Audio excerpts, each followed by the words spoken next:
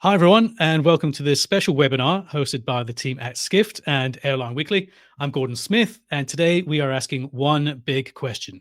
Are airlines flying into trouble in 2026? Of course, there's never a dull moment in this industry, but 2026 is shaping up to be a particularly pivotal year. And if there is trouble ahead, will airlines surprise us once again with their resilience? That's what we're here to unpack as we set the scene for the Skift Aviation Forum, which is just 2 weeks away. Due to join us on stage in Fort Worth, Texas on December 3rd are 6 CEOs, including Joanna Garrity and David Neilman, many, many more, plus senior C-suite executives from carriers including American Airlines, United, Southwest, Alaska, and Air Canada. Last year's event sold out, and we've limited seats remaining for this year. And as a thanks for joining us today on the webinar, with an exclusive 15% code for you on the screen now. It's webinar attendee. Where it is? There it is. It's webinar attendee. Don't worry if you missed that QR code. We'll share it again at the end of the session. I'm joined today by two people who also live and breathe this beat. First, we have Jay Shabat. He's a senior analyst and co-founder of Airline Weekly, and I'm sure a familiar face to many of you here on LinkedIn. Jay, great to have you here. And also with us is Meghna Maharishi. She is the airlines reporter at Skift. Meghna's been covering many of the biggest stories of the past year, and many of the key themes that we discussed today are going to be anchored in Meghna's reporting. Meghna, great to have you with us. As always at Skift, we love to hear your questions too, so drop them in the chat, and we'll try to answer as many of them as we can later in the session. Okay, time to set the stage. A lot of airlines came into 2025 feeling cautiously optimistic, let's say, some even bullishly optimistic, but things, of course, didn't quite go to plan. We had a series of shocks in the spring, which spooked boardrooms, investors, and the flying public. But it seems that for now, at least, the situation has stabilized. It's back to business, especially with the recent end to the US government shutdown. But you don't need to be an aviation historian to know that the good times rarely last. And in this most cyclical of industries, are we entering the new year with justified confidence? So kick us off, Jay, with a quick recap of where we've been in the recent 2022 to 2025 period to set the scene for 2026. Go ahead, Jay. Yeah, thanks a lot, Gordon, and thanks real quickly to everybody who's joining today, and appreciate your interest. I hope to see some of you at the Aviation Forum that's coming up in just 2 weeks from now. So we're getting close to the end of the year. Real close, yeah. Yeah, hard to believe. It's time's moving fast. So hope to see everybody there. Anyone who is attending, please be sure to introduce yourselves, say hello, and we always look forward to meeting and speaking with you. I know today on this call, I'm sure have people of varying experience, some newcomers to the industry. I'm sure we have people who are industry veterans as well, people from different regions of the world. So we're going to keep things sort of broad and general and international. We'll leave some time at the end for some questions. You can, type them in, and hopefully we'll be able to answer some of them if you have anything specific to your region or to whatever's on your mind. So having said all of that, Gordon asked me to set the stage here on what's kind of been going on over the past couple of years. We're going to call this the post-pandemic period that everybody knows. 2020, 2021 were just the years from hell for the airline industry. There really was no passenger demand to speak of. And then we had what you might call a nice recovery. And again, we're speaking very globally here, very generally. 2022 up through today. Meghna later is going to speak a little bit more about some of the specifics of 2025. But generally speaking, this post-pandemic period is characterized by strong demand. You'll see, most airlines will tell you, even up to and I have some quotes for you, I'm going to read you in a second, but airlines will tell you that demand, and especially premium demand, has been pretty good. You'll hear that a lot if you listen to earnings calls, if you listen to airline presentations, wherever, you'll hear that airline demand is pretty good. And just so you think I'm not giving you stale information here, I did pull a couple of quotes for you. One is just from yesterday, LATAM Airlines, which is the largest airline in Latin America and South America. They said just yesterday, we have seen in general stable and healthy demand in most of the international segments. And they also added that premium revenue is growing faster than capacity. So there you go. You're going to hear us use this word premium a lot today. So there's our first instance of it. The goal, which is LATAM's rival, their neighbor in Brazil, quote unquote, I think the good news is that demand is resilient. Both leisure and corporate has been responding very well, et cetera, et cetera. Aegean Airlines in Greece, 2025 is shaping up to be another year of solid growth, which further validates our positive momentum. Demand for air travel remains robust, unquote. Sorry to beat a dead horse here, but I'm going to give you a couple more. Give us another one, Jay. Go on. I got to give you another one. Just to give you two more, actually, just to spread, just to show you how this is universally spread throughout the earth here. Maybe not every single airline, every single market, but Virgin Australia, we continue to experience strong demand. Simple as that. And here's one from China. Actually, this is not an airline, but Trip.com, which is an online travel agency. Travel is thriving, and the travel spirit shows no sign of slowing down. In the third quarter, travel demand surged across markets, led by vibrant domestic travel in China and a steady rise in the outbound journey, unquote. There you go. And don't kill me, but I got one more for you. Okay. This is from the Philippines, Cebu Pacific. And I'm going to mention this one because nice transition to my next point. They said, looking ahead, we remain confident that long-term demand for budget-friendly air travel will stay strong. Now, they added to that, quote, despite strong demand fundamentals, the primary constraint to growth remains on supply side challenges, specifically engine availability and parts supply, end quote. So that brings me to the next point here, which is that one very, very defining characteristic of the, let's call it again, the post-pandemic era, last 4 years, call it, has been a very constrained supply environment. And that's because of all these production bottlenecks that I'm sure many of you are familiar with. We know of Boeing's problems. We know of problems with Pratt & Whitney engines. We know of problems manufacturing premium seats, et cetera, et cetera. That still very much remains the case today. And then the final point on this slide is that, and this is something that, again, when we did this same presentation last year, we mentioned it. Fuel costs have been generally benign. Talk about that a little bit more in a moment. But non-fuel costs, it's been a period of heavy non-fuel cost inflation.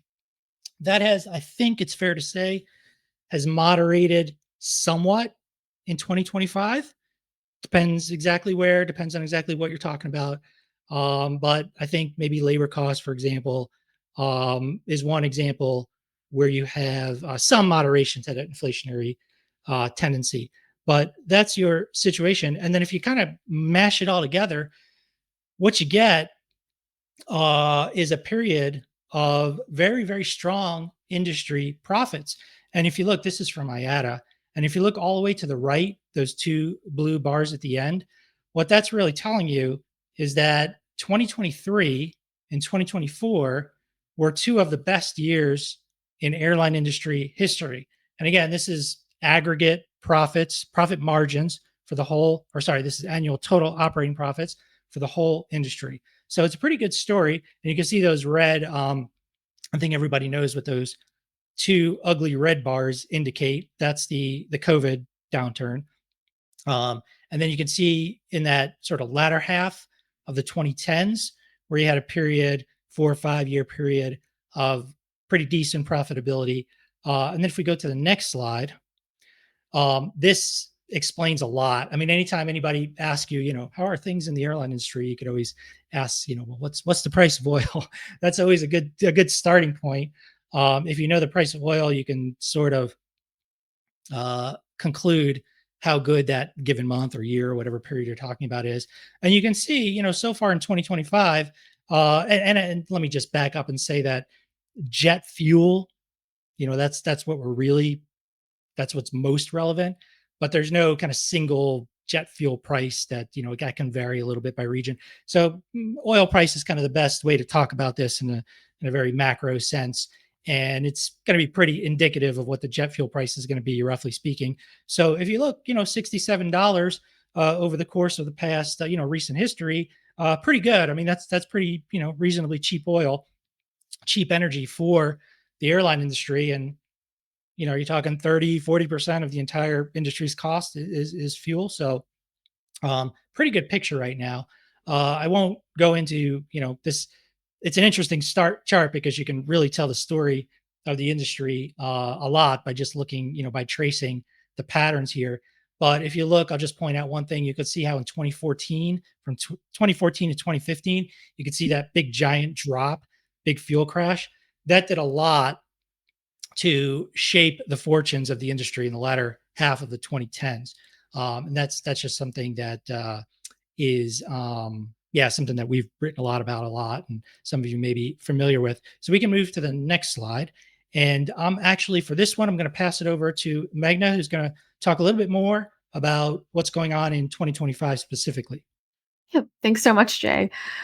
So just as Jay said, there have been a lot of good things this past year, namely cheap fuel and very strong premium demand. And I think also airlines cutting capacity everywhere has led to 2025 essentially being a rebound year for them.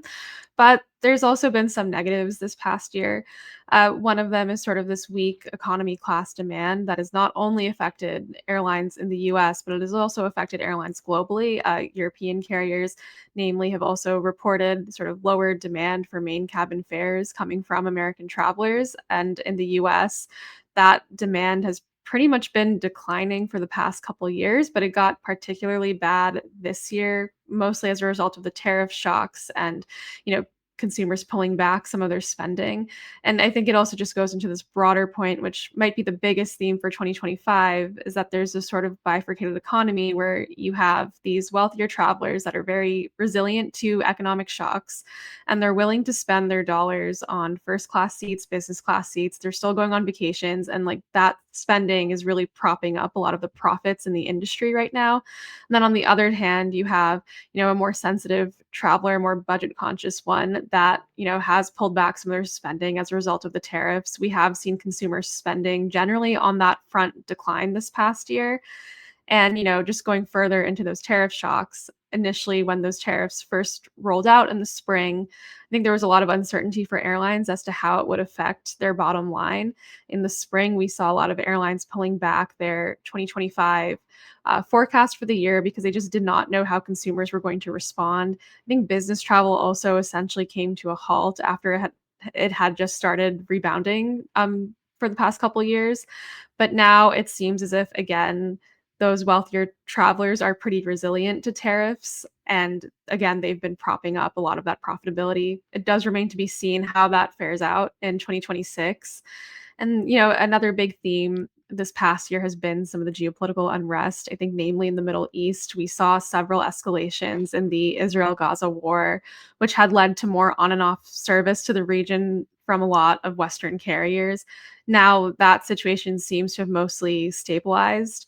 And, like another big thing for this past year has been air safety. We had two fatal plane crashes this past year, one in Washington, D.C.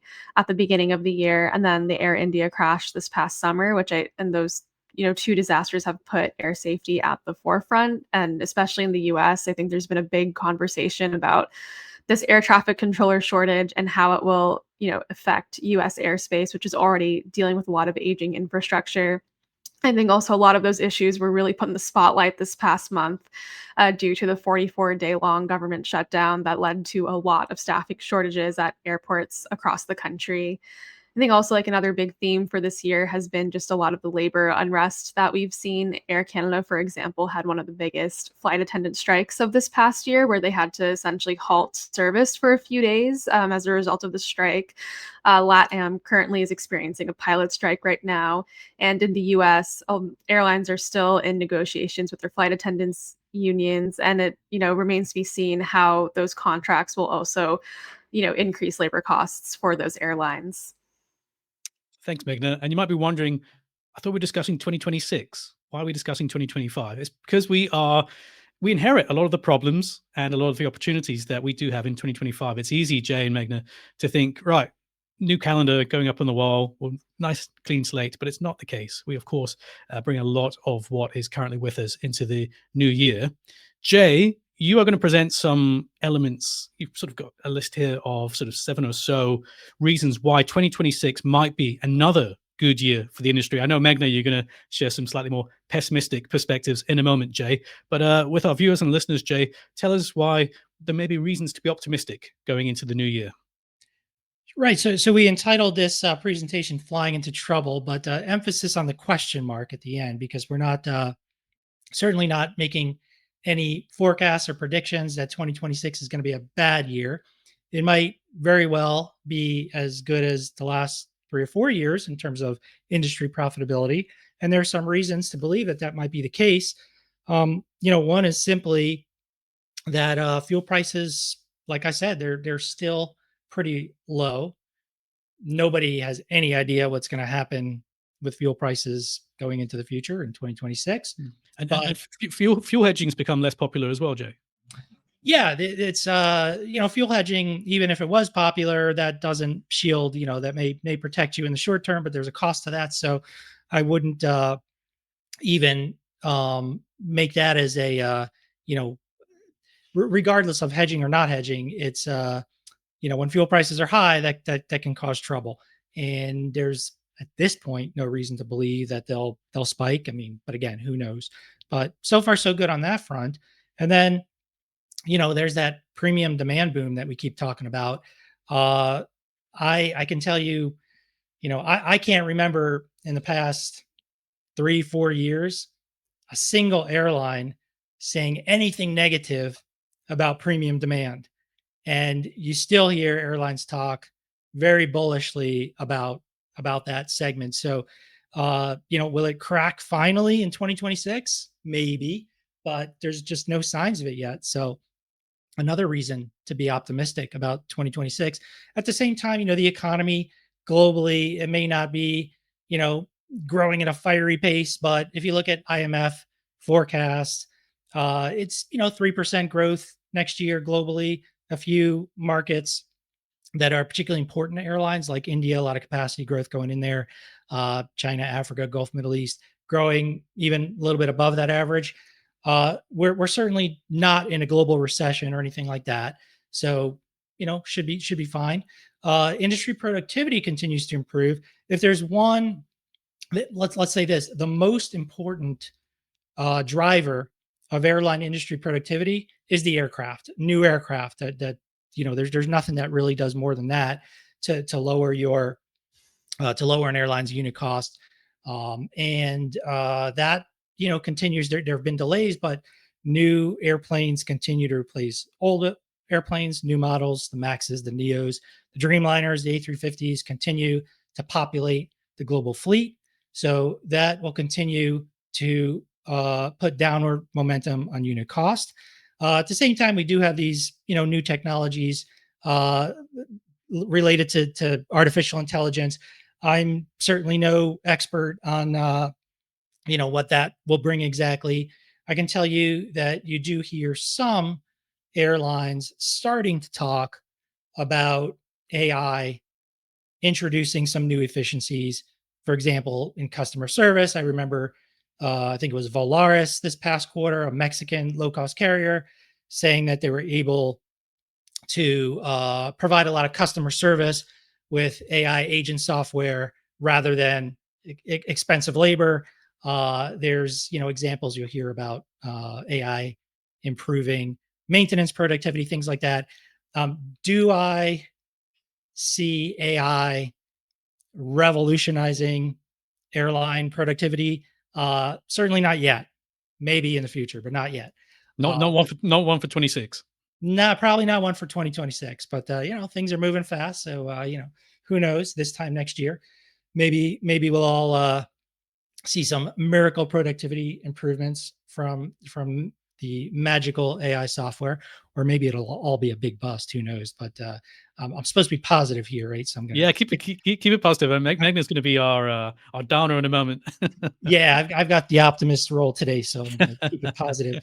So we do have, productivity kind of at least things pushing in that positive direction. And then we also, the capacity constraints are still very much with us. We still have, if you talk to most, people in the aviation ecosystem, they'll tell you that these, uh, these aircraft shortages are not going away anytime in the next couple of years. Maybe even 2030s we're talking about, before things get back into line. So that is going to, and you say, is that a good thing or a bad thing? Well, it's, if you ask airlines, are you happy that your aircraft are being delayed? They'll tell you no, of course, it's frustrating. We can't plan. This is messing us up. It's all true at an individual airline level, but in the aggregate, not having enough aircraft to meet supply does wonders for your unit revenues. So that's really been an upward push on fares, on yields, and I think that's at least part of the story about why, when I said the last couple of years have been some of the best all time for airline industry profitability, I think that's a big part of it, is that these shortages have elevated yields. So you do have that. That's not changing in 2026 as far as it looks like at this point.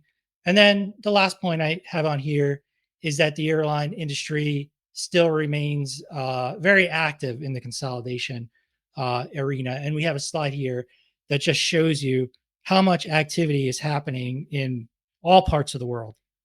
If you want to start in Asia, you've got the AirAsia X, kind of the whole grouping coming together, Korean Air, Asiana. You've got stuff going on in the US with Alaska kind of putting itself together with Hawaiian, and the big question of, who's going to buy Spirit Airlines, if anybody. That's an interesting discussion in and of itself. I should add, by the way, that at the Aviation Forum, for any of you attending, you can sign up. I am going to give a discussion just specifically on the U.S. market. We'll talk more about Spirit, all the stuff that's going on in the U.S. So, but that's for 2 weeks from now. We're still speaking globally here, so I'm jumping ahead of myself. So yeah, we won't, unless you have any questions about that specifically today, we won't dwell on things happening in the U.S. But my only point here is that a lot of consolidation happening, and usually that provides some positive momentum for the industry, usually provides some more industry capacity discipline, usually winds up lifting fares as well. So that's could trimming be a little fat, maybe. Yeah, trimming maybe some excess capacity. I'll be more polite than you there, Gordon. I won't call it industry fat, but that's still all very, very much active. Now, as all this happy talk, I'm sure everybody's smiling right now, but now it's Meghna's turn to pour ice cold water over everything I just said, and she's going to tell you why I'm completely wrong, and that bad news is coming. So go ahead, Meghna. Go. Give us the dark scenario. Well, yeah, thanks so much for that glowing intro, Jay. Yeah, I mean, with 2025, there have already been a lot of headwinds, which could extend into 2026. Just focusing on two of them here, I think one of the big ones that we've seen this past year are the U.S. immigration policies under the Trump administration. So far, a lot of U.S. carriers have not really seen a dent in their demand as a result of these more strict policies. Earlier this year, there were a lot of reports that for travelers that were coming into the U.S., they had harsher experiences at customs. Some people, reported being detained at the airport or having their phones searched. And I think that has had so far a small effect, at least for some of the global carriers. Turkish Airlines, they said during the summer, during their earnings call, that they were starting to see a dip in demand in inbound US travel because people were feeling a little afraid to come just as a result of some of the reporting that's been out there. KLM had also said that they were seeing that same dip, and they were seeing a dip also with international students just due to a lot of the uncertainty related to the visa policies under this administration. And then another big one are the tariffs. When that first came out in the spring, I think there was a bit of a shock. Consumer spending did go down, and there was a big decline in consumer confidence.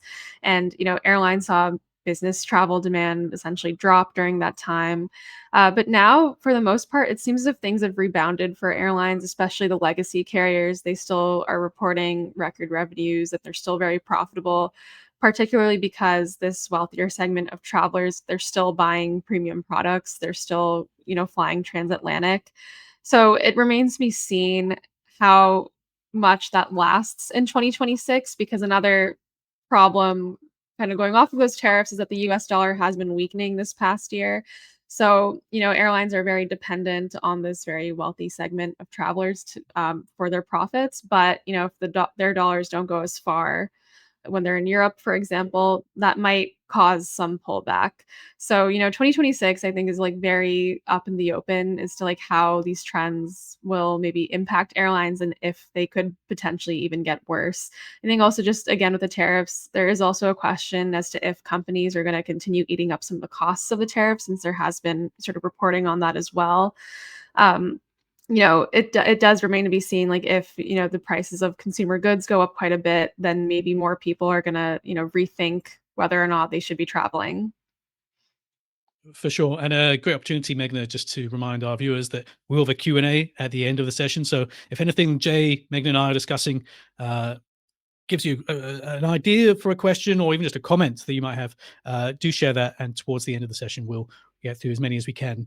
So we've got the government policy risks there, Meghna. You've also highlighted economic risks. We saw some comments from the chief of Alphabet, the parent company of Google, just this morning, speaking to the BBC about the talk of an AI bubble popping and how no company would be immune should that happen.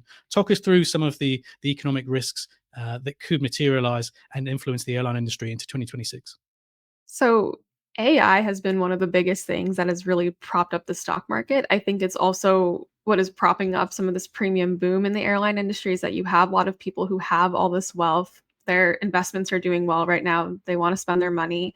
But there have been growing fears of this AI bubble kind of coming up, and whether that AI bubble will pop at some point, just because this has really been fueling a lot of record returns in the stock market, which has also been juxtaposed with the very weak labor market and the labor market is sort of continuing to weaken. So, that does remain to be seen if this happens. I think also, kind of as Jay mentioned, airlines are also becoming a lot more bullish on AI for their operations. We've been hearing them talk more and more about how they are using AI in their operations and also for things like customer service, for example. We're also seeing some airlines, starting to shed jobs because of AI. Lufthansa said that they plan to cut around 4,000 jobs by 2030 as they look to use more AI and automation technologies. United Airlines also mentioned that they had shed around 4% of management jobs this past year, and they expect to shed a few more in 2026. And then also, airlines are finding other novel ways to use AI, namely Delta, which had, said earlier this year that they have a contract with the software startup to use AI to help them set fares. That was met with some controversy, but Delta has said that they are aiming to price around 20% of their domestic airfares using AI by the end of this year. Another economic risk is, of course, this premium boom, which has been lasting for the past 3 years. It still does remain to be seen if it will last again in 2026. Airlines, for the most part, are again very bullish that this premium boom is going to last. We're also seeing airlines making more investments in premium products, like American Airlines, for example, has been expanding its business class offerings. They also have started bringing back champagne to business class. You also have airlines like Frontier that are trying to introduce a version of first class seats. And those are investments that I think take time. They take years for them to be fully realized. So, it's unclear if this premium boom is really here to stay and if this is actually a fundamental structural change in this industry or if it's just cyclical. Another risk is that I think the US economy, the growth is slowing down now. It grew only 2.4% in 2024. It's only likely to grow 1.6% in 2025. Even though we're seeing lower energy prices, we are also seeing a weaker job market. I think, again, also a lot of consumers are pulling back some of their spending as well as a result of tariffs and inflation. And then another risk is also the industries that are driving a lot of the business travel. So far, airlines have reported pretty healthy demand for business travel, and a lot of that has been fueled by the professional services industries. Think finance and consulting, and also tech. United and Delta, in particular, have reported very strong demand among business travel. But another worry with that is the government. This past month, again, we experienced a very long government shutdown, and travel among government employees essentially came to a halt for those 44 days. Southwest Airlines had mentioned on their last earnings call that they had also started to see a pretty big decline in business travel among government adjacent employees as a result of the shutdown. So those who are working as defense contractors or consultants and just have a very close relationship with the government. That is something that we could maybe potentially expect to see more in 2026, depending on if we have more shutdowns. Congress is scheduled to negotiate again over whether to fund the government in January, and the deadline for that is January 30th. So we very well could be in that same situation again in Wow. 2.5 months. Back in it. Thank you for that insight, Meghna. A quick reminder that everything we're talking about today, capacity trends, demand signals, cost pressures, M&A, speculation, these are exactly the kind of insights that we cover week in, week out in Airline Weekly. So if you want what we think, Jay, we're kind of biased, but I would call it the sharpest airline analysis anywhere you can find, delivered into your inbox every Monday. Make sure you're subscribed. Our readers, and we speak, Jay, to our readers quite a lot. They are quite diverse. You've got executives, investors, analysts, everything in between. They tell us it's indispensable, and people vote with their feet. We are really, really happy to have you all joining us here today. If you are interested in learning more, if you're new to Airline Weekly, go to airlineweekly.com and stick around for a special promo code later in the session. It's definitely worth hanging around for. So with all of that in mind, Jay, and with Meghna's couple of slightly more pessimistic perspectives on 2026, let's just remind our viewers where we are wrapping up. So this is Q3 2025 from your famous earnings scoreboard, which I know is very popular on LinkedIn. Anything that our viewers and listeners should know about this?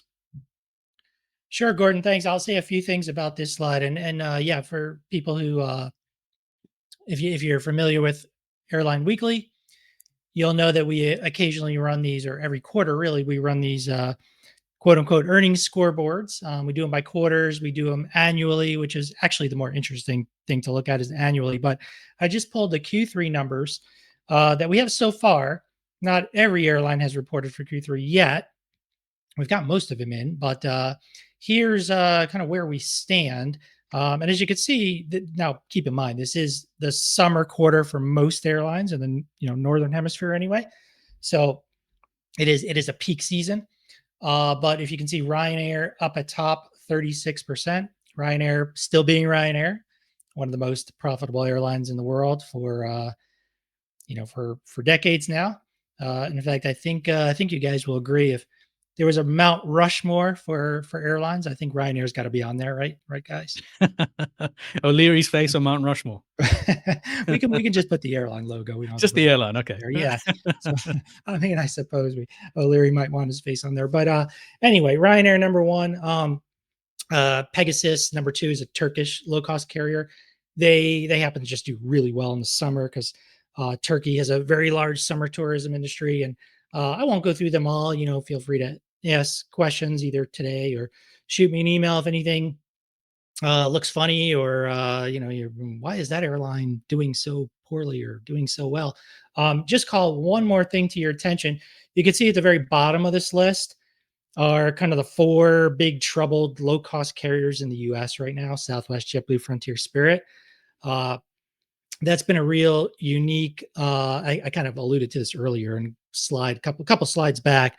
I said that the US low-cost carriers are having a heck of a time in the post-pandemic period. A few exceptions to that. I think Allegiant's done a little better. Sun Countries, it's kind of its own creature. But these four airlines are still struggling. they've all undertaken rather very, very big turnaround efforts that we'll see over the next coming years. Maybe, we'll learn a lot in 2026 whether their turnaround efforts bear fruit. And certainly, when I talk about the U.S. airlines in my presentation at the forum, we'll dive a little bit deeper into that. But yeah, take a look at that on your own and see if there's anything that you want to ask about. But the general theme here is that, yeah, airlines are still, most of them are still making pretty good money. So there's that. To set the scene for the Q&A, Jay, you've rounded up some big questions here for 2026. Some of these are evergreen, and some of these are a little bit more regional specific. Just talk us through some of these in a bit more detail. Yeah, so just a few to come to mind. I mean, there's some questions that, as you said, they're evergreen. You could, anytime you're thinking about how the airline industry is going to unfold in the future, you're thinking about what's the fuel price going to be. So that's one thing that's on everybody's mind always. And then that big one that Meghna and I just keep talking about over and over and over. You guys are probably tired of us saying it, but that premium demand, will it hold? Is it something that's just structurally different? Is it, and airlines will tell you this, Delta, United, they'll tell you, American, that it's just we're in a different world now. People just want their premium. They want to fly premium. That's the way the world is now. It's a structural change, or is it a cyclical change? Did we just go through a couple of years of very, very strong asset price appreciation and, people getting wealthy off of their stock portfolios and their cryptocurrencies and their home prices? And speaking more about the US there too, but I think some of that has international relevance. Does that all fall apart if there's a recession, if there's a global recession, if there's a big US recession? And Meghna talked about some of those, talked about that in some detail earlier. And then that other big question, will aircraft supply constraints start to ease? As I mentioned, the consensus is that, we're not going to get a resolution to this supply shortage in the next couple of years, but will it get better? You are starting to hear, for example, Pratt and Whitney neo engine operators say that we're kind of past the worst. We've had all these geared turbofan engines that need inspections, and we had 20 of these grounded on average in 2025, and that's starting to get better. That's going to get better in 2026 and even better in 2027. That's not the universal assessment, but you are starting to hear more of that. I think JetBlue is a good example of that. A few others. So, will that get better? Then there's just some regional questions that, when I was doing the slide, I just pulled off the top of my head. We can, this one you can go on forever, but I mentioned the US LCCs. That's a big question for 2026. Will they start to get their mojo back, their pre-pandemic mojo back? Maybe, maybe not. Is there too much Gulf capacity? We have a lot of planes coming into markets like Saudi Arabia is probably a prime example of that. But we also had, I know Gordon, I'm sure some of you have caught Gordon's interview with the Etihad CEO recently. They're starting to grow pretty aggressively again. The Dubai Air Show, which is happening right now, there's been some big orders coming out of there. I mean, a lot of that capacity won't come online for maybe 2030. So that's not really a question for 2026. But we should get a lot of capacity in that region. Indigo is just an interesting, it's a specific airline. I didn't want to really call out anything too specific, but Indigo is a special case because they might very well be the most ambitious airline in the world right now, given all of the overseas expansion that they're doing, the very, very elevated rates of ASK capacity growth, the new business class, the new overseas routes, the new loyalty program. They're really trying to aggressively capture Indian traffic that currently goes through the Gulf hubs, for example. And readers will know we've written a lot about that. We've talked a lot about that on the podcast, Gordon and I. So that's another interesting question. And finally, I mentioned here, as I mentioned before, will there be some more exciting new deals? Is Delta going to merge with United? Just kidding on that one. But are you a betting man, Jay?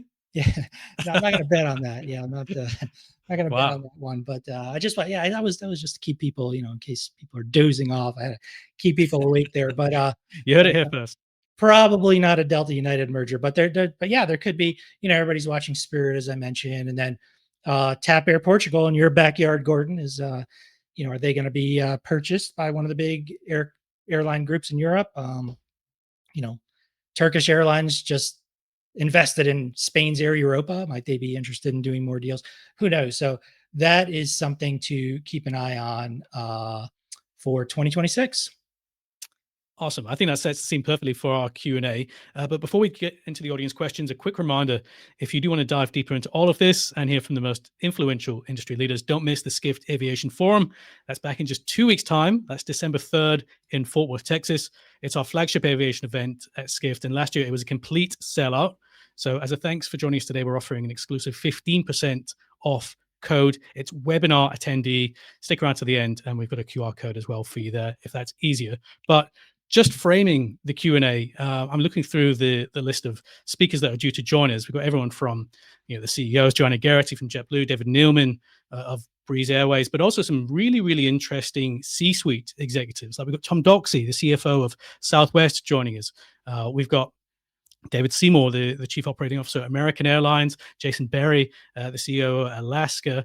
We've got David Kinzelman, the Chief Commercial Officer at United. So many more. Go to live.skift.com for the full agenda. It's really, really impressive. And I think, Jay and Meghna, you joined us at the Aviation Forum last year. It's going to be, I think, one of our strongest lineups ever, just in terms of the variety of perspectives that we're getting. There's some names here that I haven't heard speak publicly at any point this year, any industry gathering or event. So some really unique, fresh perspectives, as well as those household names that we know and love. There's actually one question here which aligns neatly to some of our guest speakers. We've got Air Canada. We've got Kevin Jackson from Porter Airlines in Canada, and Eric Tanner, the Chief Commercial Officer from Flair, due to join us.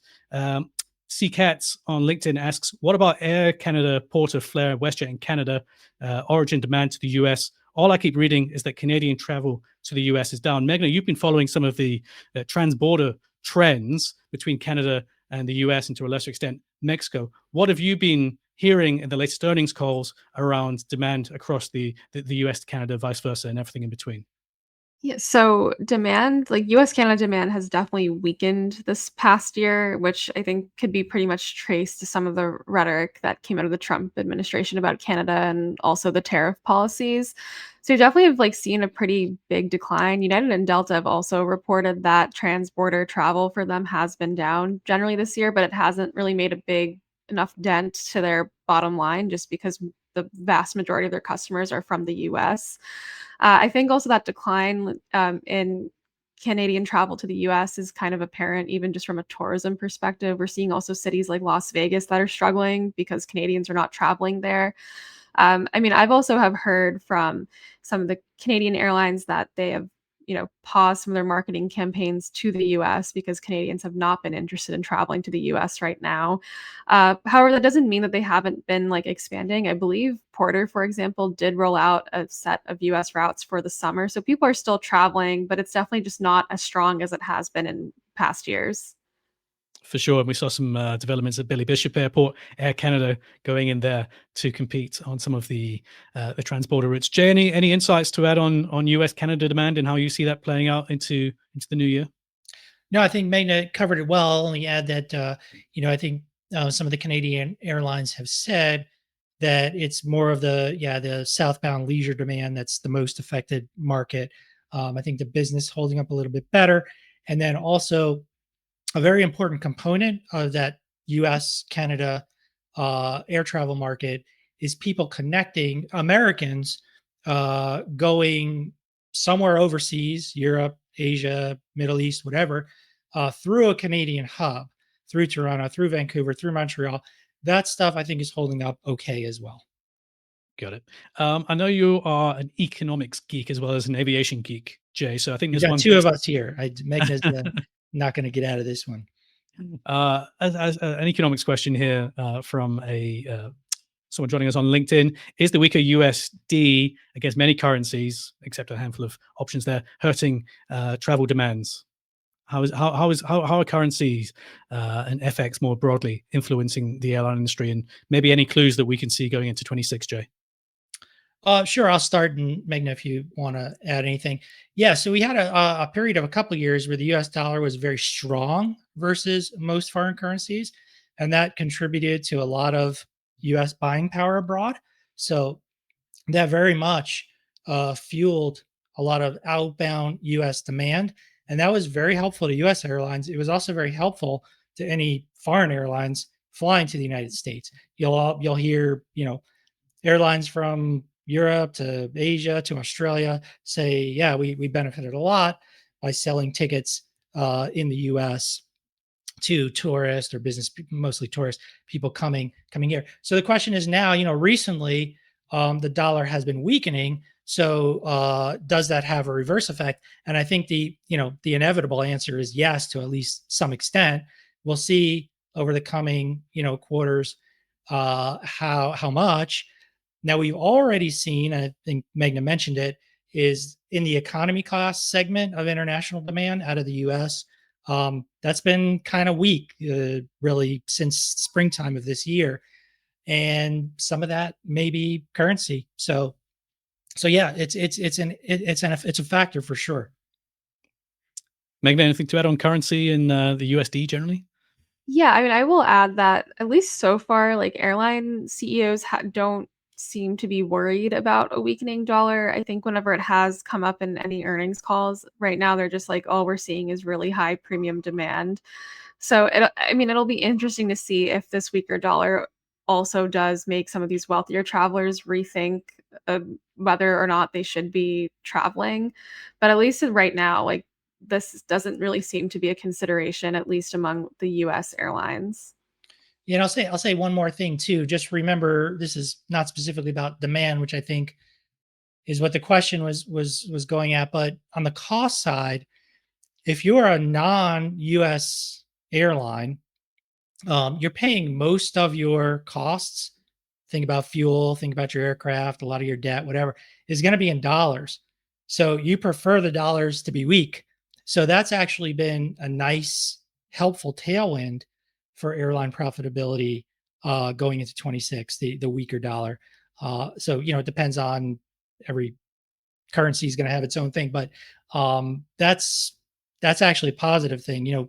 Most airlines in the world, at least on the cost side, they like the weak dollar. They want to have a strong currency that they can purchase things in, purchase aviation inputs with their strong currency. So that's good. It can work both ways. Another question here from someone joining us on LinkedIn about the impact of non-air revenue, in particular loyalty. I know, Meghna, this is something you've been following closely on the earnings calls, co-branded credit cards, in particular in the US, but also more broadly.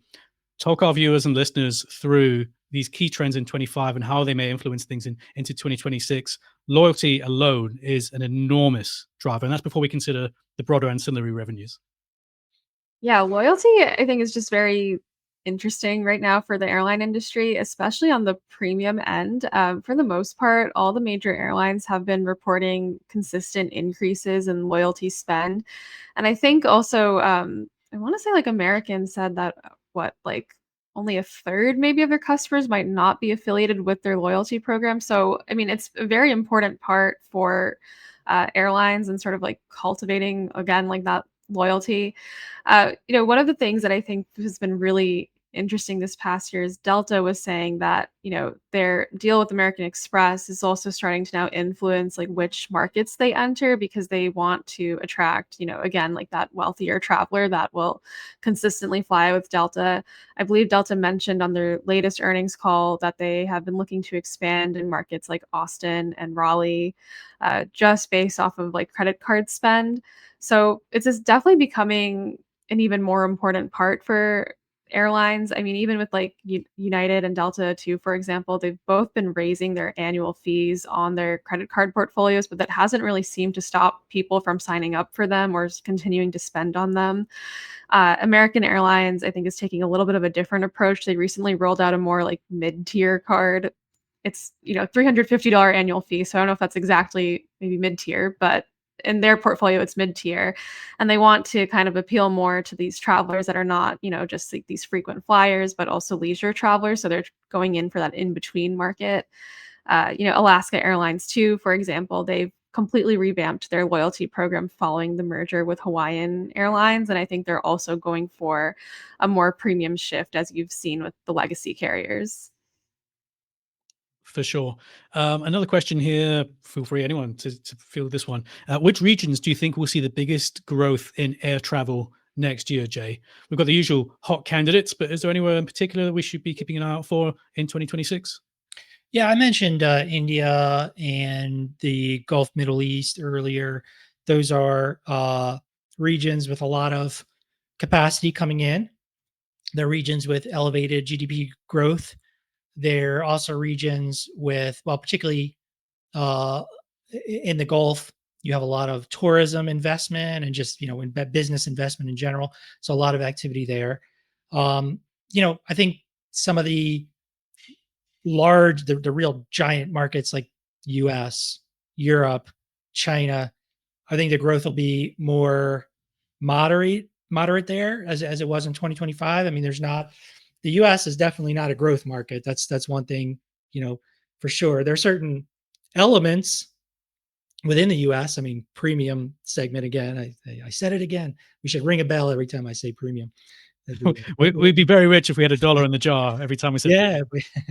So, but that's that's a growth segment. But so in terms of, if your question is about individual countries, I think you'll see probably the most elevated growth in, yeah, like I mentioned, India stands out. Maybe the Gulf region. Trying to think, there might be some Southeast Asian, uh, ASEAN region. Places like, I don't know, Indonesia, Malaysia, Thailand, places that maybe are still playing a little bit of catch up from capacity and demand that was lost during, pre-COVID or during COVID. So, a good example might be, so Thailand.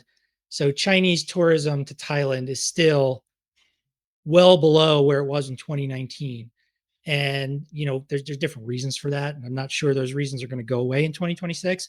But I just saw today, for example, that, China and Japan are having, Meghna mentioned how geopolitical disputes can always interfere with airline, growth and profitability. I saw today, China and Japan are having kind of another dispute. And so there's some talk that maybe Chinese tourists will stop going in as large a number to Japan and may divert back to Thailand, for example. So you may see some growth rates from, shifts like that. So yeah, I think I don't know if you have anything to add, Meghna. Did I miss any off top of your head? No, I don't think so. I mean, yeah, I feel like with the US, if anything, I think like a lot of the capacity has been shrinking just because they've been trying to accommodate some of that weaker economy demand. And then also Spirit Airlines too has been shrinking quite a bit this past year, even though there have been more expansions into premium seats. But there are definitely some individual, very scorching hot growth markets. You can go around. The hottest market in the US right now is probably Nashville, Tennessee. Uh, Very, very strong and fast growing economy. Bunch of reasons for that. Won't get into, but there are regions like that. You mentioned a couple. I mean, Austin's cooled off a little bit, but that's been hot over the past couple of years. I think the other one you mentioned, Meghna, in the context of Delta, is Raleigh Durham. That's another hot market. So, yeah, if you want to go, drill down into individual airports, there's plenty of those. For sure. And we should say, Peyton Boutier, our Asia editor, she's been doing some great reporting on the travel demands between China, Japan, Thailand, and other parts of the world there. So check out skift.com if you're looking for a bit more background information on that. Time for a few final questions. One here around consolidation. I'll kick off with you, Jay, maybe because I know you wrote a feature for Airline Weekly on this relatively recently, but feel free to chime in. Meghna, are regulators getting more relaxed or tighter with consolidation? Are they allowing M&As that they may have previously said absolutely not 5-10 years ago? What's your picture here? Well, we've seen, a couple of examples in the past few years of regulators indeed getting stricter. We saw the JetBlue Spirit merger denied by a judge on antitrust grounds, Well, even the Northeast Alliance as well. Yeah. and the Northeast Alliance as well. Good point. Yeah, those American and JetBlue trying to not quite merge, but get something close to a merger. I think I can say just to actually uh, coordinate pricing and things like that. So that was struck down. And then we have over in Europe, IAG very much wanted to buy Air Europa. They, in fact, did buy some shares, but ultimately they received signals from antitrust authorities in the EU that was not going to fly. So we saw that potential deal go by the wayside. So there are examples. There's always this question about whether the change in administrations in the U.S. will the Trump administration be more amenable to approving consolidation than the Biden administration. The Biden administration was pretty actively, very aggressive in their antitrust enforcement. Will the Trump administration be less aggressive? I don't think we really know. I mean, I think the reflexive kind of answer is, Republican administrations tend to be a little bit more hands off, but I can give an example like from another industry. There's a giant railroad merger that's pending right now, and I would say that it's definitely not a slam dunk that the Trump administration would say yes. So I don't know. I think it really does depend on the deal. Um, I think with so many low cost carriers struggling right now, I think there'd be more of a bias towards letting them consolidate to sort of help themselves. I think maybe if you go back when the JetBlue merger was rejected, I think at that time it was before it became obvious that low cost carriers were going to be struggling. And I think there was more of a um, I think the paradigm at that time, the thinking at that time was that airlines had gone, the entire decade of the 2010s, for better or for worse, getting bigger and getting stronger and making money. I mean, 2010s was a very good year for the US good decade for the US airline industry in terms of profitability. And so I think there was in 2022 a different attitude than there might be in 2026. So it's a little bit of a non uh you know I'm bouncing around there, not giving you a definitive answer. It's a complex subject. But it's a complicated subject. Lots of nuance. Requires some a little bit dancing around. So I don't know, Meghna, did you maybe Meghna can come in with a stronger, more definitive statement than I did. Yeah, I mean, I think I mostly agree with you. I will say, at least with the first Trump administration, they were the ones that did approve like the Northeast Alliance. And I think the Biden administration was unique in its approach to antitrust enforcement and that they were a lot more aggressive because I don't think any other presidential administrations in the past were as aggressive as the Biden administration. But it does also seem as if the current antitrust chief in the Trump administration, she does seem to have a generally more aggressive view towards mergers, especially at least in the tech industry. I'm not sure how that could apply to airlines if we do see any potential airline mergers in the next 4 years or so. Yeah, and I think Vice President Vance has made comments like that as well. So, commenting that there may be too much consolidation in certain industries. So, yeah, it's really really hard to say. I think it'll just be a case by case basis. Yeah. Now, I think the most likely, again, I joked before, Delta's going to merge with America. That's not going to happen. But I think the more likely merger would be, let's say, Frontier and Spirit get together. I can't imagine that being subject to too much antitrust scrutiny. Uh, would Southwest buy a JetBlue or something? I mean, who knows? Would that be? you know, We speculate, Jay, but we're going a little too far into speculation land, right? Thanks for stopping me there, Gordon. not at all. We'll have some informed speculation in the upcoming issues of Airline Weekly. And as we said, we had actually Barry Biffle, the Frontier CEO, at our global forum in New York in September. Some great comments from him. Speaking to Peter Greenberg, go back through the Skift archives if you want to see what was said there. And of course, we got some very big names from the US industry joining us in Dallas.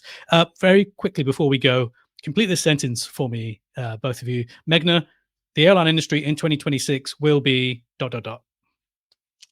A wait and watch year. I mean, like 2025, I think was for the most part ended up being good, but there was a lot of speculation before that it would just be a wash because of all the economic instability going on. And I think it's fair to say that those trends are still going to continue in 2026. And I'm a little bit skeptical of how long things like the premium boom are going to last or how resilient it truly is in the face of things like tariffs and this also potential AI bubble that we might be seeing right now. And Jay, 2026 for the airline industry in a word, if not a sentence? Kind of stole mine, Meghna. I was going to say shaped by the resilience of the premium boom. Thank you for that. Well, our time is nearly up, but I've had a few direct messages whilst we've been on asking for that Skift Aviation Forum QR code again. There it is in all of its glory. For the full agenda, visit live.skift.com. And a reminder that last year's event was a complete sellout. So we do encourage you now to book to avoid disappointment. And if you are looking for more information about Airline Weekly, go to airlineweekly.com. And here we go. As promised, there is a huge 50% off promotion code for new subscribers in their first year. And if you are looking for enterprise or group deals, feel free to reach out to our subscriptions guru, Rachel Mines. She's fantastic. She is available at rm@skift.com. But that brings us to the end of today's conversation. A huge thank you to Jay and Meghna for their insights, and also the team behind the scenes here at Skift, including Monica, Nicole, Camille, Beatrice, and so many others. And importantly, thank you for joining us today. We look forward to seeing you in Fort Worth on December 3rd for the Skift Aviation Forum. A reminder, live.skift.com for all the details. Bye for now.